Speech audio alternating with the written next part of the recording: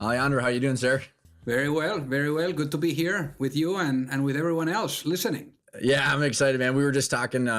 You have eclipsed me in the amount of episodes because you're doing 3 a week. But I came across the Dealmakers podcast through one of the circles that I was in, and just looking at the people that you had on the show, and then I kind of started pulling the thread, and I'm like, oh, you wrote a book, a handful of years ago, and then you just wrote another book about exiting after the fundraising one, and man, you've got a great story, and I can't wait to dive further into it. So, Alejandro, why don't you just, like, how the heck did you get into fundraising, entrepreneurship, startups?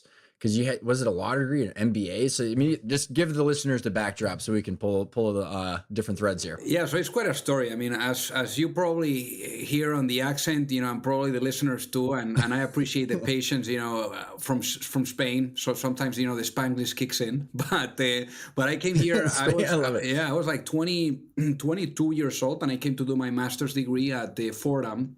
And then basically from there, I joined a law firm. And it was funny because it was in 2009 where all the craziness was going on, people firing people left and right. So I was like, man, am I going to be able to stay in this country or not? You have this delivery happening to your house where you can get anything delivered. This is so cool. I don't want to leave.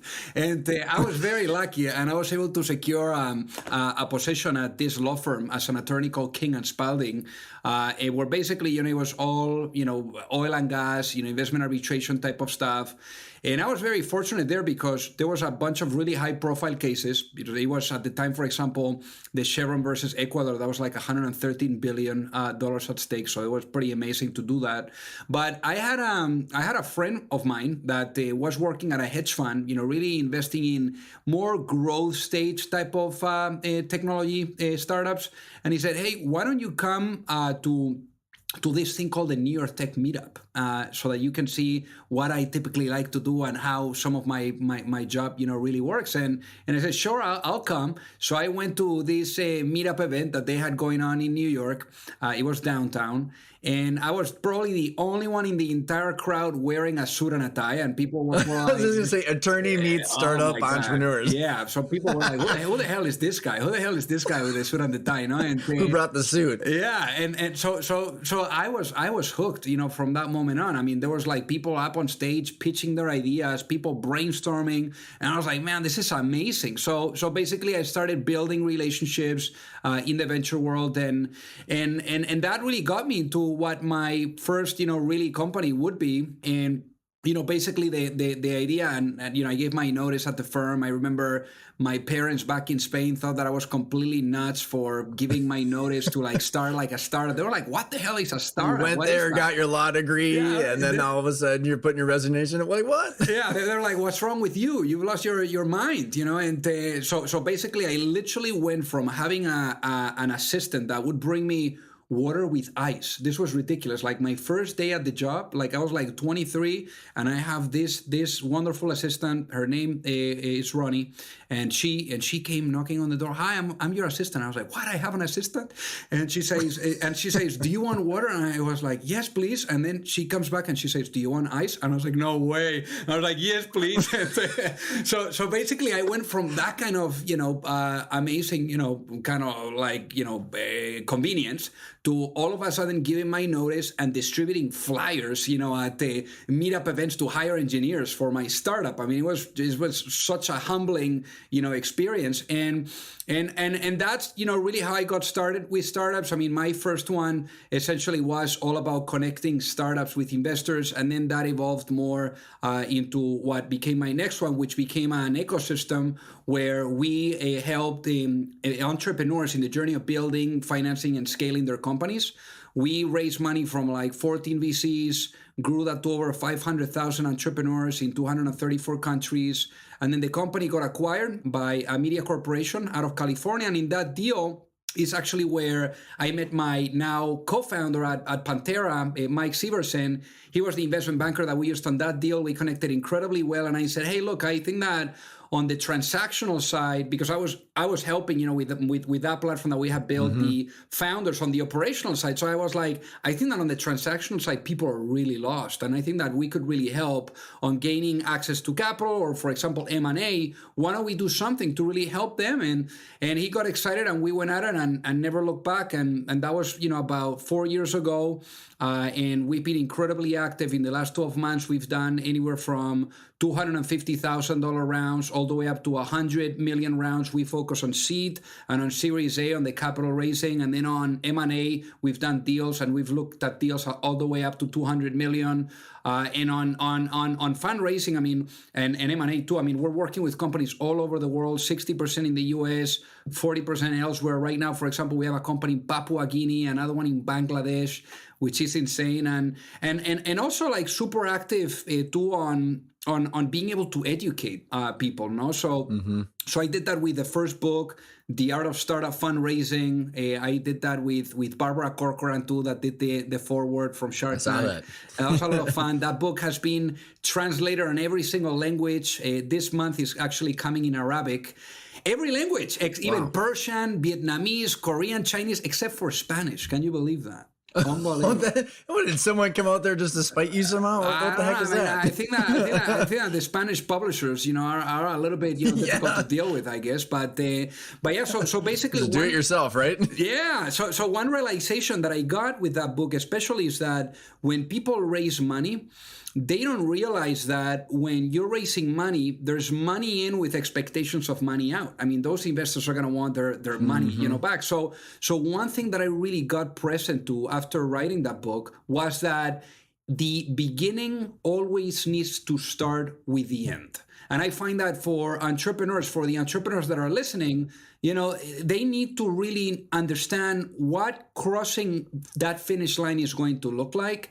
And in essence, reverse back engineer the process to where they are today in order to take immediate steps in order to get there. And I find that the way that you raise money today is going to impact, the way that you can raise money tomorrow, but then also the way that you can exit your business. So that's why, the idea of this latest book that came out 3 weeks ago, which also, made it to the bestseller list, which was amazing, was basically the goal for giving that roadmap to founders so that not only they knew, which is called Selling Your Startup, so that not only they knew how to package and position their companies for an exit, but then also how do you, start working towards getting there right now, whether you are at the idea stage on a company or building and scaling. And in addition to that, the other, educational stuff like the podcast, which already went over 2 million downloads a few weeks ago. That was amazing. Good for you, man. That was amazing. And then also, I think that now I've done like over 1,000 articles,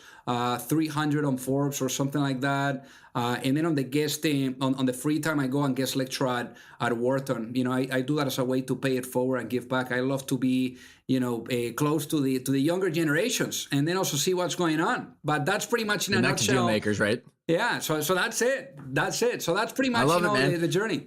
Well, and then we're going to unpack quite a few of these different angles. And what's super interesting about both your books is startup raising funds, and then obviously now that you've gone through your exits and been a part of a bunch of them, like what is the exit like? And I read that Forbes article you wrote, and you said that on number 10, it was that exiting is 10 times harder than fundraising. And so let's take a couple of these in a couple different categories. One thing I want to start with, why you went down the fundraising route, because I would like access to capital is something that I whether it's a privately held company that is just trying to grow and fund their growth, or truly like the startup world that you've been living in. Accessing capital is always difficult, and you were very passionate to the point where you were like involved in like the Jobs Act and how like what the structure was. What was your passion behind that, Alejandro? Like why did you see that as a need, and what were the inefficiencies in the fundraising arena before you got involved and before you were trying to make a difference there? Yeah, I think that, the what I really got excited with was how in fundraising there is a nice blend between strategy and psychology. And then also the main issue that I was seeing was the lack of guidance and access. But more importantly, education, really knowing what's the process. It's interesting how fundraising works in that regards, in which I find that most people think about fundraising as money, but you should never think about fundraising as money. You need to think about fundraising as networks. It's all about turning around the money and really thinking more than anything about who is giving you the money and how you can leverage their network in order to get to where you want to be. Because companies, every 18 to 24 months, they transform. The company that maybe you are seeing today is going to be different, than the company they're going to be seeing in 18 to 24 months. And with that, there comes different skill sets, different requirements, different expertise, different talent that you need. So basically, every 18 to 24 months, whether you're going from a seed and you're raising 250 to 5 million to an A where you're raising 5 to 15 million. So for example, let's put that into perspective. On a seed round, which is the first round, you're going to be raising money from angels, super angels, and as well family offices and some micro VCs. Here, ultimately, people are investing in you. They're investing in the strategic roadmap, and that's pretty much it. Now, what you're looking for from the people that are giving you the money is access to distribution, access to their know-how on how you can achieve product market fit, and then also access to internal processes so that you can build things up. Then 18 to 24 months, the company is going to be different. So you're going to go to a Series A. At a Series A round, you're going to be raising anywhere between 5 to 15 million, where you're going to be doing the expectation is at least 1 million plus in revenue. And here you're going to be raising money from venture capital firms mainly. Now, venture capital firms, what they're going to be expecting from you is that you have product market fit. And basically, you need to show validation on what you're doing. Now, on your end, it's all about the networks again. And you need to look at who can they introduce you from a talent perspective. Because in this case, venture capital firms, they're going to be helping with access to perhaps securing senior leadership members. Another thing could be distribution. Another thing could be subsequent money. Another thing could be M&A. And it's interesting because then 18 to 24 months later, you're going to again mature to a different, financing cycle. That's going to be the Series B. At the Series B level, you're raising 15 million plus, typically.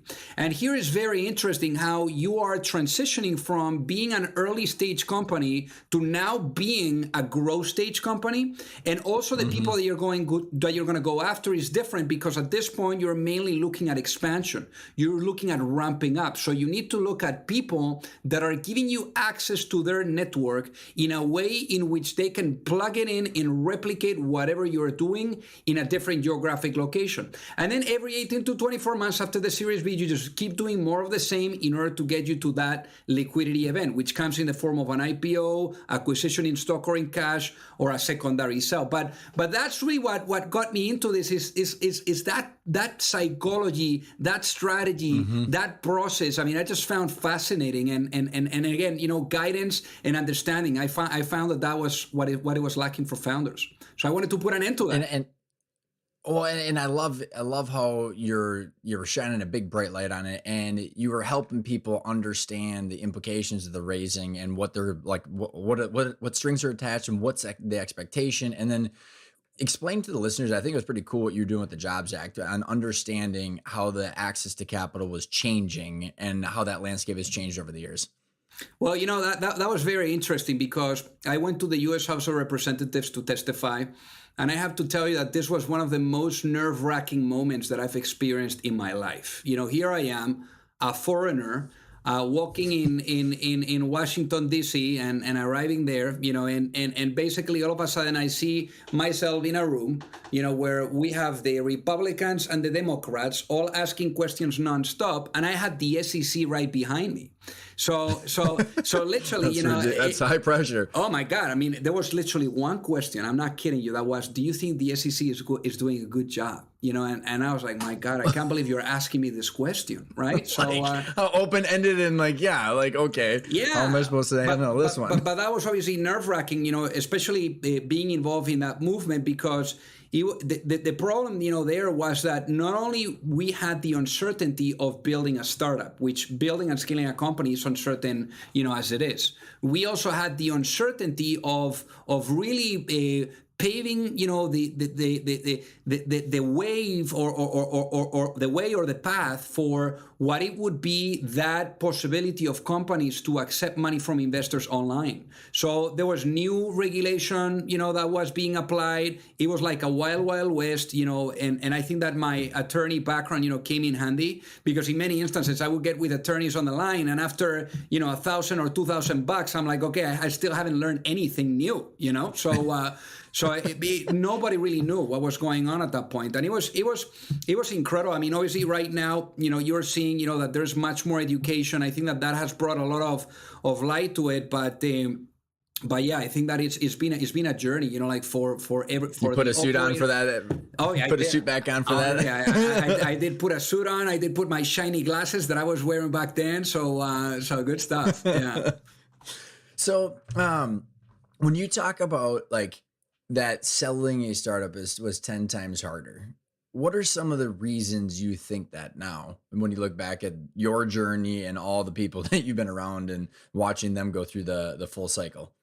It's interesting here, because essentially, Ryan, when you are raising money, for example, you need to have everything figured out. Right. So those investors that you're coming across, they want you to make sure that you understand what's coming, what that journey is going to be, and you're very well put.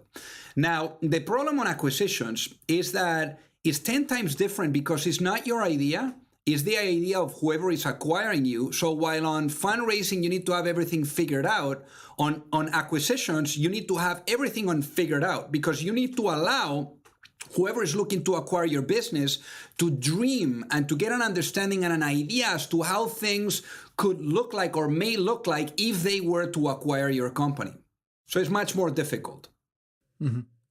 It's so I want to like layer on this concept that we teach in our education, Alejandro, to see like how it fits with your world. Because like, so when people talk about valuations, it's just it confuses the hell out of everybody that's an entrepreneur I see. Because how are you valuing a startup? There's like some metrics between seed, A, B, C rounds, and then there's the traditional business space where there's like cash flow. You name an industry, there's industry multiples based on the risk of the industry and size of the companies.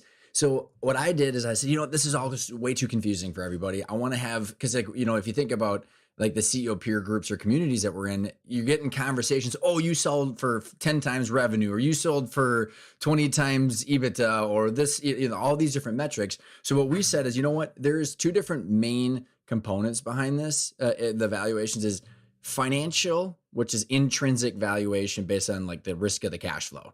Like truly like the discounted cash flow, very mechanical, like almost like you would value a commercial real estate piece of property or bond or whatever it might be.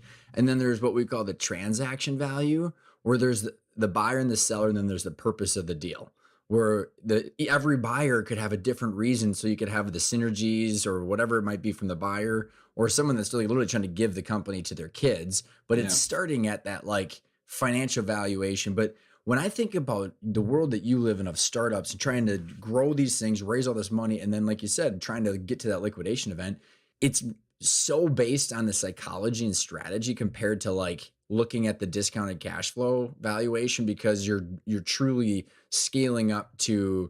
I interviewed Chris Ye from Blitzscaling on my podcast recently, and he talks about just trying to like, take the whole market. So like, how does psychology and like when you talk about like marrying up what you've built with those buyers and different types of buyers, allowing that like puzzle piece to fit compared to like the money and like the value, like the, like a financial valuation, because you're raising so much money that it's not really, people aren't really looking towards the financial cash flows would be most of my thoughts from what I've seen. Yeah, well, I think that when it comes to acquisitions, for example, there's two types, right? So you got the strategic acquisition on one end, and then on the other end, you have the financial acquisition. So on the strategic acquisition, typically, especially for companies that are at under 5 million in revenues, that's basically going to be their route to follow. So here they're going to go after larger corporations that perhaps, can plug them into their umbrella.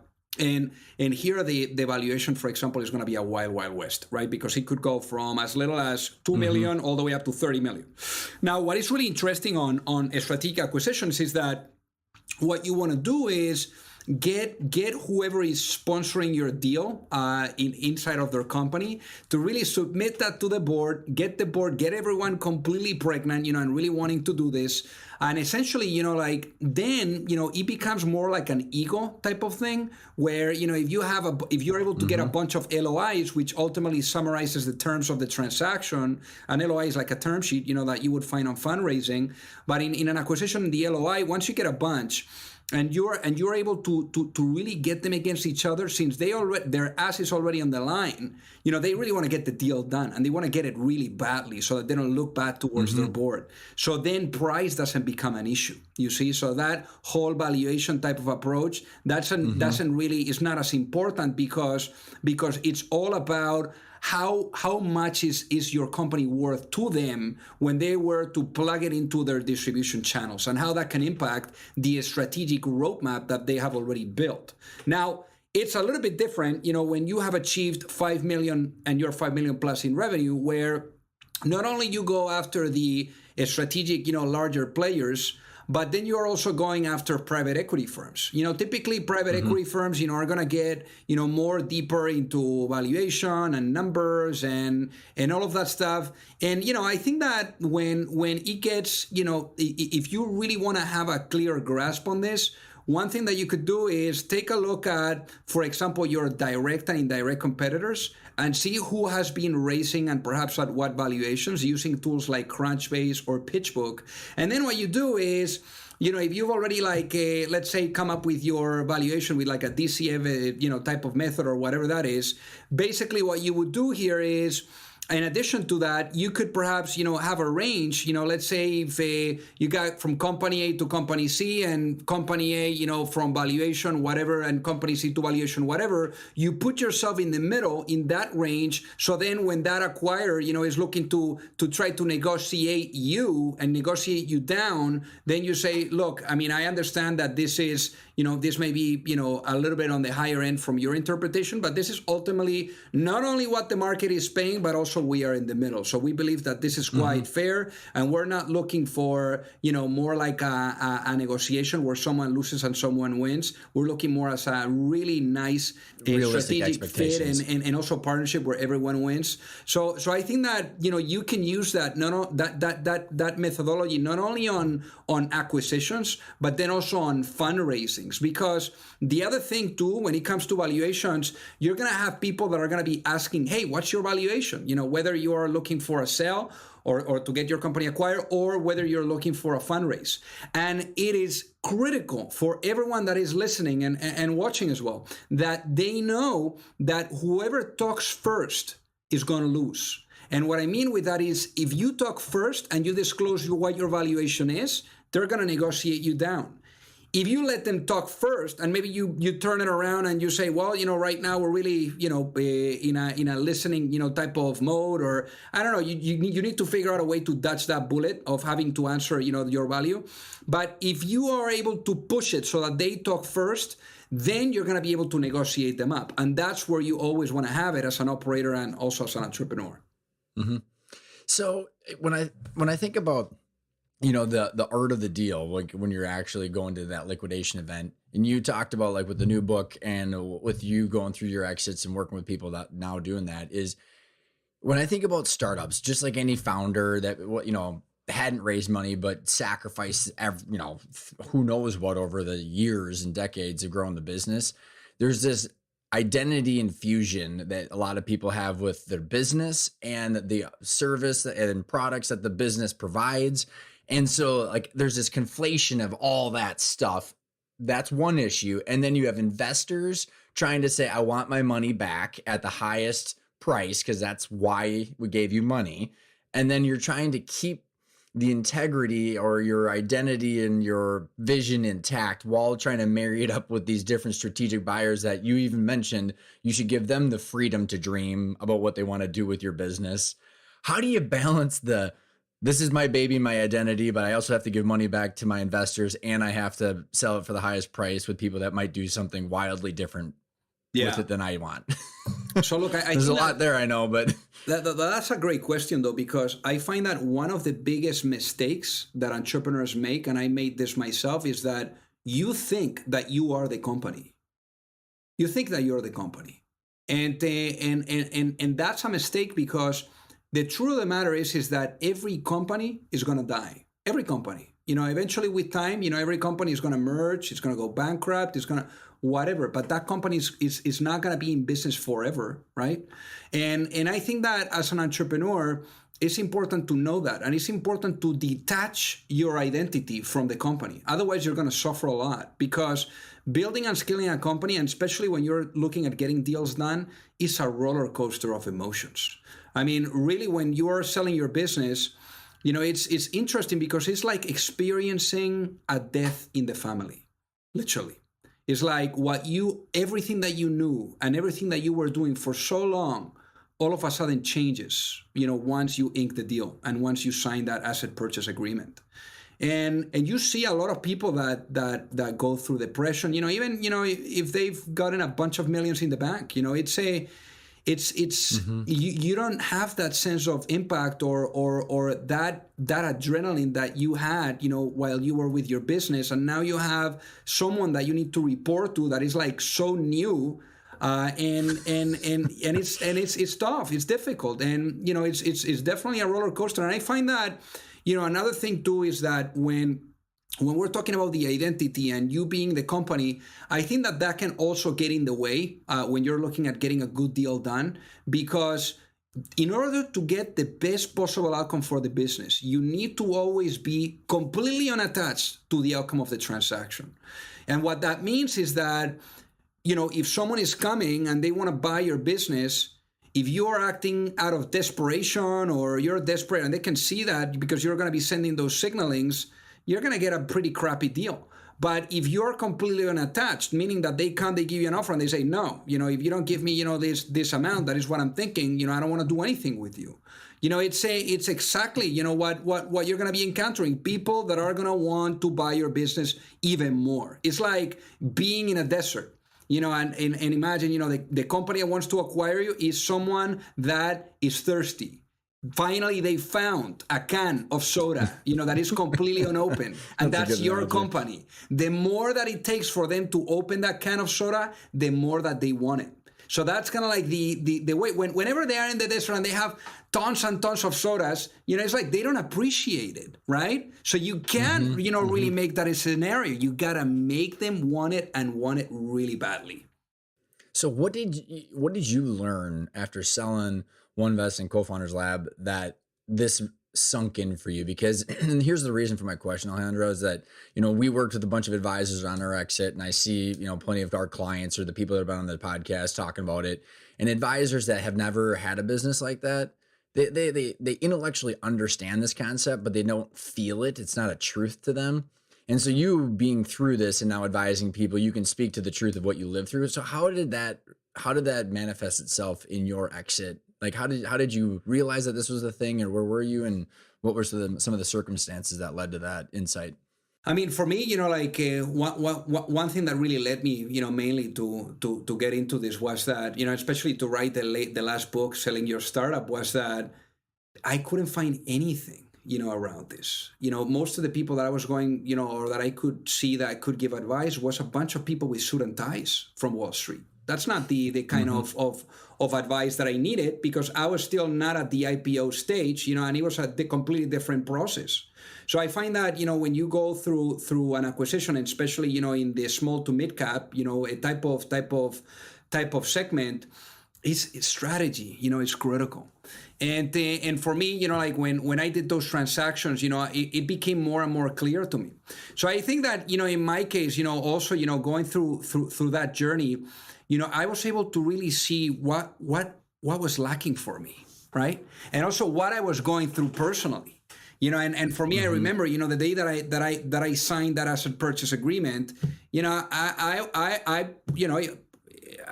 was happy that was happening, but I was also unhappy because of now everything was changing around me, after that. No, I mean, first you get the excitement kicking in, and then you're like, wow, then the days go by and you start to see things completely different. That's not what you were used to see, or so forth. And it's very interesting. So I found that, having that experience, I think it's really helpful with the companies that we work with, because I've been there, I've done that, and I know what people are going from an emotional perspective. And I think that that's a really big one when you go through transactions, and it's not easy. When you're doing deals too, in many instances, it feels like the deal can fall apart at any point. I had that experience too. Because it probably does, right? 100%. With the 4 transactions that I did, literally like all of them, especially the one that we did on the sell side, it felt like it was going to blow up at any moment.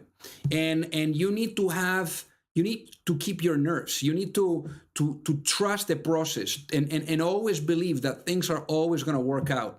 And I find that, for me, I was very, very fortunate. I had Mike, who is now my partner, and we were able to push that nicely together. But I think that, founders, or operators, whenever they're going through an exit, it's important that they have someone, along the way with them, just like as I had Mike, so that they can also play the bad cop, the good cop, so that they can remove themselves too when they're talking about terms. I think that was a really big one too. For example, when companies are going through a transaction, they need to remove themselves from the deal terms talk. That discussion, you need to be out of that. You need to let your advisor take that conversation on, because that way you're also going to be increasing the potential terms and the numbers that you're going to end up getting.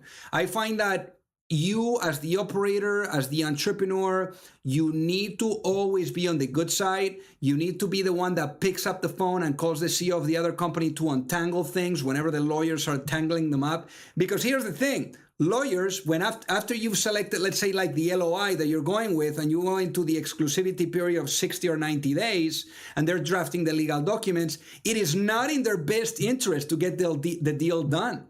Why? Because the minute the deal gets done, they stop billing.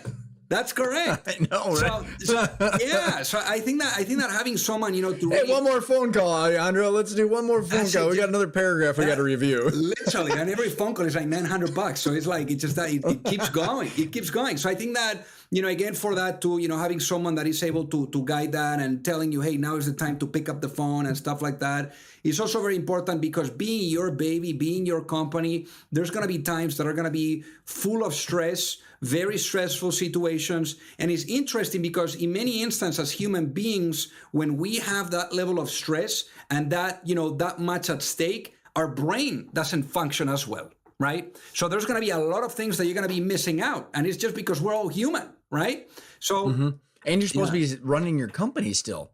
100%. I mean, you got to do the deal and run the company, which is insanely difficult as well. That's very difficult, especially when you go into the diligence process where you need to submit like 300 documents and you're going into Q&A back and forth. I mean, that's why I find that when you're going through an exit, you need to have a team that is able to take the reins and really to avoid as much as possible the impact that is going to be caused by you being distracted from the execution. Because it's possible that the deal could not happen too. And if that's the case, you need to continue pushing the business. Then what? Yeah.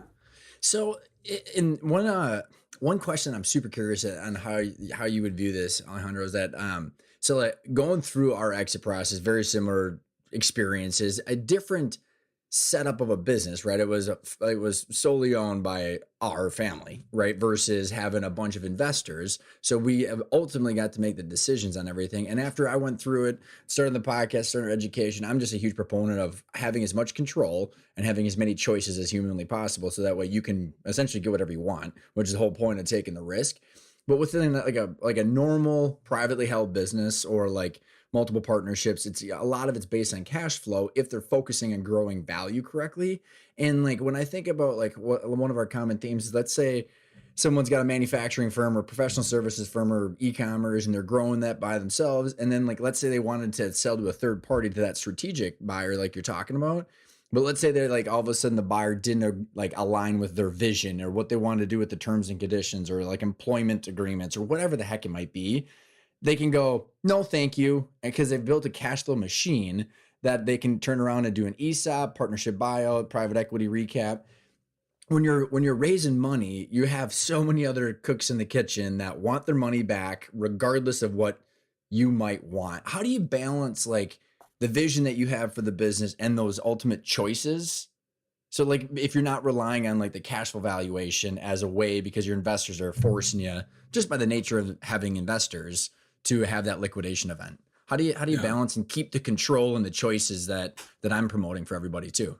I think that you need to make sure that there's clear alignment on expectations with whoever you're onboarding, right? Because again, the way that you raise money today is going to impact the way that you can raise money tomorrow, or even the exit, how that exit is going to look like. I mean, I have, for example, this case, this founder that got this. I mean, obviously, we're not going to disclose the name of the VC, but got this VC that invested. They had the control, on the board, a really big say. And eventually there was a offer to buy the company for $100 million. And, the founder, thought it was a great deal. Everyone thought it was a great deal, except for the VC. And the VC, literally declined, made them decline that offer. And keep putting like stupid pressure because it just didn't align with the the returns and where they were at in the life cycle of their fund. So basically they declined that offer, and then unfortunately market circumstances turned around on them, and they ended up selling the business for a few million a few years later. So it was a massive catastrophe, and super awful for the founder, and I felt awful for him. And you see that. So I think that my piece of advice always to entrepreneurs is that when you're looking at getting a deal done or bringing an investor in, that obviously they're going to come with every round that you do, those investors, they're going to want some level of representation, right, at a board level on this strategy, and they're going to want to be there with you and guiding that strategy together. So you want to make sure not only that there's a clear sense of alignment, but also that you get to know who you're going to be encountering, especially during the tough times.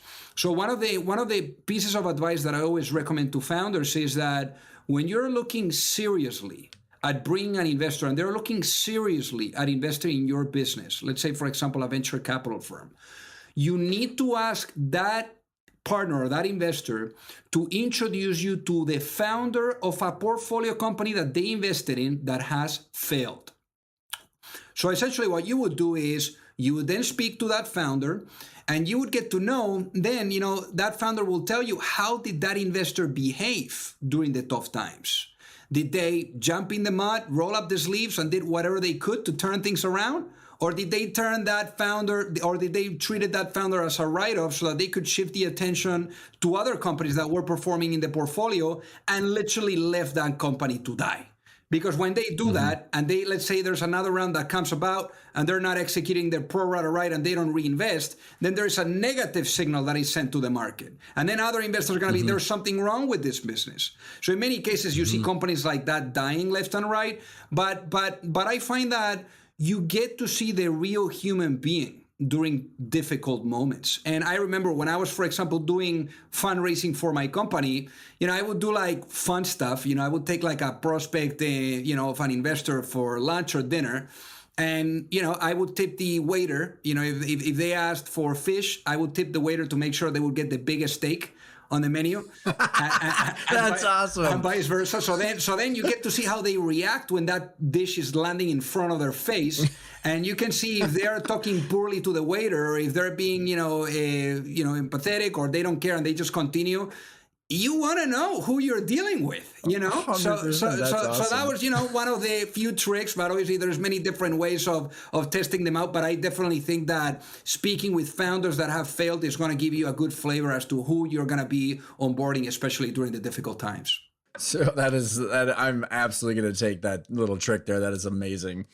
When I think about shifting kind of to the overall marketplace in the last handful of years, I mean, so like I look at when I was interviewing Chris Ye, we were talking about like, the blitz scaling and like these companies that have changed our world. And now even since they wrote that book, it's changed to this, like, people are just enamored with raising money, let alone having a product or service that changes a market or an industry for the better. And like, so I've seen a couple of things that on the macro level that are kind of maybe pushing this direction. I'm curious on how it's manifesting in your world of like, people can't find yields anywhere. So there's more money sloshing around in VC funds or private equity than there ever have been.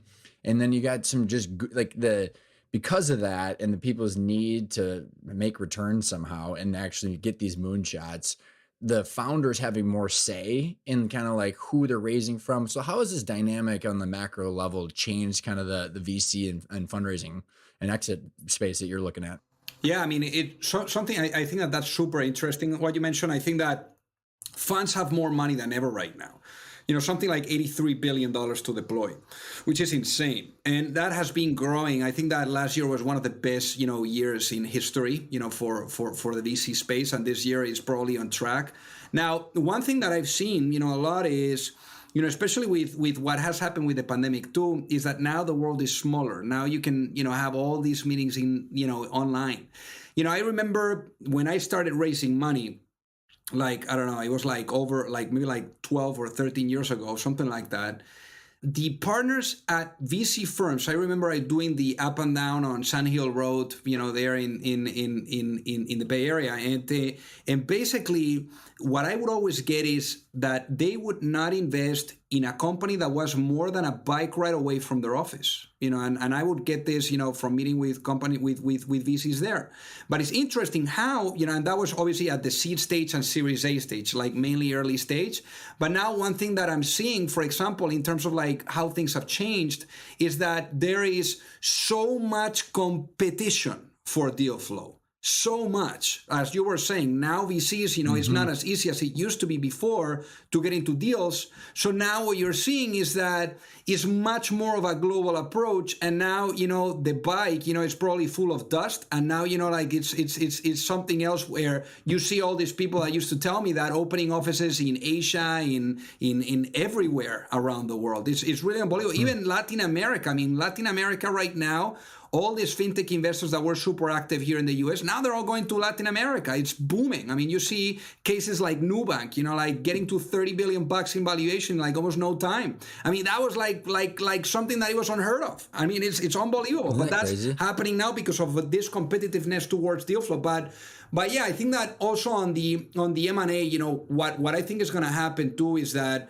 there's going to be eventually, very soon, I think there's going to be a correction on the market. We've been on this bull run for such a long time that eventually I think that we're going to face the music because the market always goes in cycles. And I think that what's going to happen is that the market is going to correct. Eventually, companies that are probably closer to an IPO, they're going to be suffering a lot, especially those that are building marketplaces and things like that are like always one round of financing away from going out of business. They're going to suffer. And we're going to see a lot of consolidation. And there's going to be a lot of M&A activity, I think.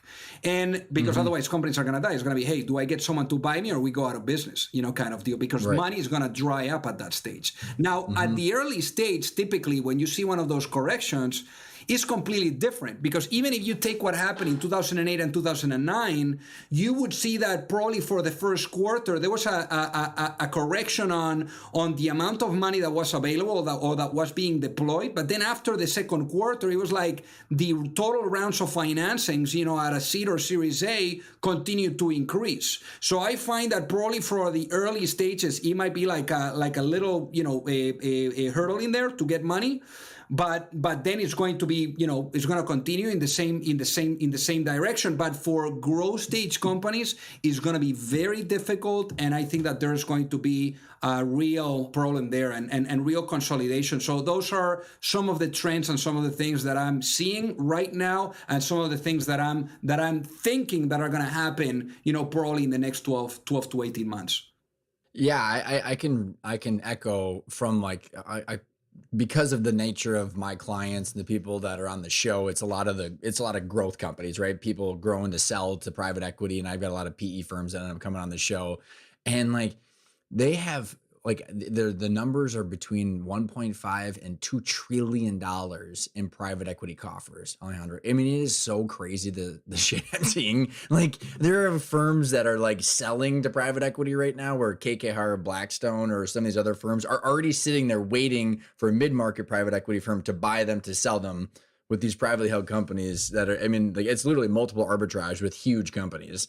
And it's I find it interesting because I'm watching this from the sheer when you talk about the sheer like competition of deal flow on, VC and private equity firms are kind of like now competing over similar deals, and it's all because their investors need returns, and like where people are getting 5% in the junk bond in like marketplace. It's just ridiculous. So I just find it interesting. And like you said, I don't know how it's going to manifest itself, but I'm watching.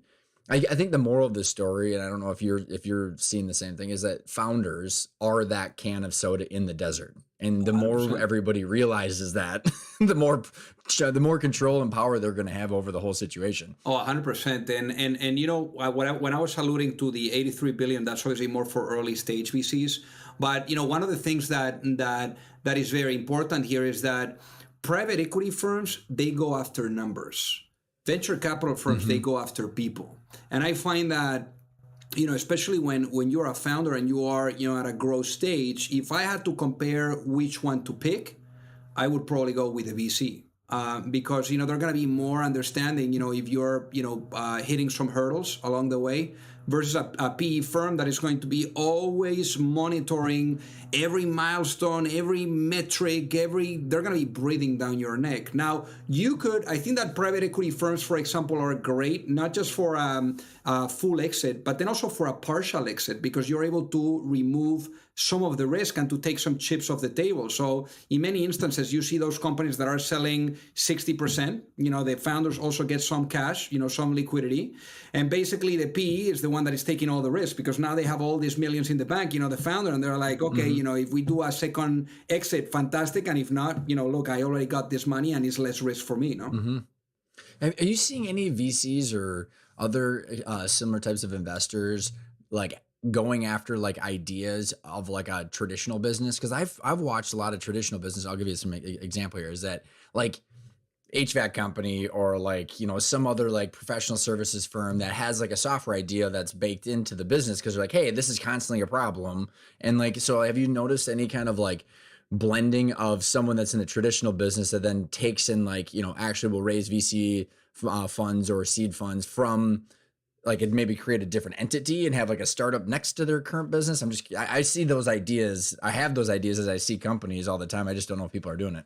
Well, I think that it's happening. And one of the things that is very interesting here, for example, what you see with e-commerce is how many of those e-commerce sites, and companies, they start to create like actual retail physical, locations, and basically using them more as a way for fostering loyalty with their customers. I mean, you've seen that with Warby Parker, and you're seeing that, with other companies that took the route of being hyper growth, but then also like having the traditional side, to really foster that loyalty. So I think that, that VC investors also have been able to see that model blending well. So maybe, perhaps taking a look at a traditional model and then figuring out how to put that on steroids and on the hyper growth, be also merging it or blending it with the digital side that maybe they could bring in. I think that that is interesting, and definitely if you're able to build that loyalty right off the bat, why not putting a bunch of money and exploring different ways to really make it a rocket ship.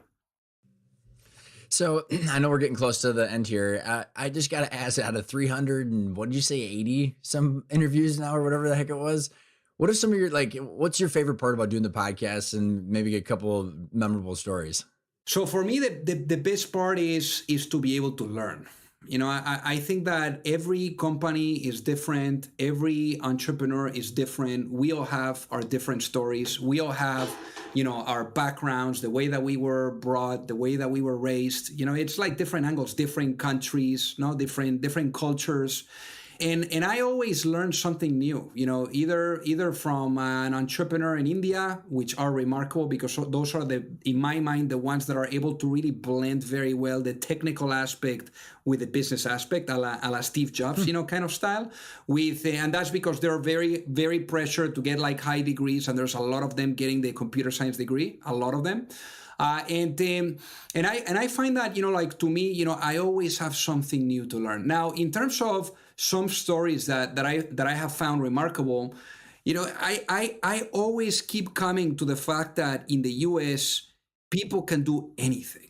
And that is something that I love. I've had stories from people that grew up in a pistachio farm to, now building a $5 billion business, to another founder that crossed the border from Mexico with his parents. And essentially, the mother was a cleaning lady, the father was a bus driver, the mother was very much on top of him so that he would study. He eventually got into Harvard, and it was amazing how he would tell the story on that first time that he went to a hotel room and doing a video call and showing all the family like the mini bar and all of that stuff. That it was really unbelievable to awesome. them. And he's raised now like 150 million. Another story too. This guy was pretty unbelievable. So basically, he became an addict. So he became an addict to heroin, I believe, and basically he lived on the streets for 2 years. And gang activity, all of that type of stuff, and he went from that to taking his company public. So I mean, that's another one. Then there's one that is remarkable. Is this guy Jay, and he built a company. Now I can't remember the company well right now, but he took it recently public, and this was his 9th company, and this guy grew up in the Himalayas. So think about that. My gosh. Think about that. And he sold already 2 companies for 250 million plus in cash. So awesome. So it's interesting because when you speak with people like that, and also one thing that I've gotten from interviewing all these people, I think in the last 12 months I've interviewed over 50 entrepreneurs that have built a 1 billion plus company in less than 5 years.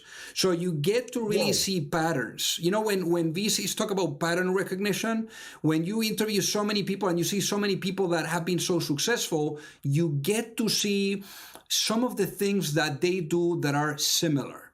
And one of the things that I always come across, in terms of like what are some of those similarities, is that those entrepreneurs really care about listening. Whether it's listening to your investor, whether it's listening to your customer or to your employees, but they know that it's all in the listening and in the conversation. It's not about you and your assumptions. It's all about the data that you can collect and how you use that to your advantage in order to execute. I think that listening is a really big one. And then also, the customer, putting customers first. When you see those founders, they share their story. I remember this story from the brothers that built, I believe is the Mosi Brothers DigitalOcean, I believe it's called the company. And they were talking about that meeting that they went, I think it was to like a tier 1 fund. I mean, don't quote me on this. It was like an Andreessen Horowitz or one of those top funds. And basically you would see, they were sharing how people were like on their phone, not paying much attention. And all of a sudden they start talking about, they go deep into their customer. They go into breaking it down, into sharing what they've learned about their customer and why they're so excited about their customers. And you could see the investors like putting down their phone, their eyes lighting up and like fully listening. And then from there, like giving them a term sheet. Yeah. Like, it's just like having that understanding of your customer and putting them first is something that I've definitely seen on those entrepreneurs, and always people that cared about surrounding themselves by other folks that can really contribute. And one thing that is very interesting too is that many of those founders that have been super successful, they know and they understand that history repeats. And one thing that I've come across a lot is that many of those founders, they were avid readers of biographies of other people. And I mean, that's the case of these guys. Now their company's like $2 billion. They were like these 2 young guys that started to read the biographies of Jeff Bezos and Elon Musk and stuff like that. And they started to really, take some good pointers and to implement the same. And history repeats. So there's no need to reinvent the wheel. I love it. I love it, man. That's and I'm sure like out of almost 400 episodes, you could probably keep going. This has been an absolute blast and honor to have you on the show. 2 last questions before we wrap up. One, I'd love to hear your definition of the word intentional. Name of the show, something that's near and dear to our heart. So what would be your definition of the word intentional? Intentional is basically taking action for something that really lights you up. That's what then the last question. I love it. Last question is where to find you, your resources, your books, how to engage with you, how to follow you. Where's the best place to find you? Yeah, so the books, you can go on Amazon. You can just type in Selling Your Startup or Startup Fundraising. They will come up. And then also you can find me on Alejandro at PantheraAdvisors.com. That is my email. And then also you can find all my articles and everything that I've published on alejandrocremades.com. Alejandro, thank you so much for coming on the show. I had a blast. Thank you so much for having me. It's been an honor.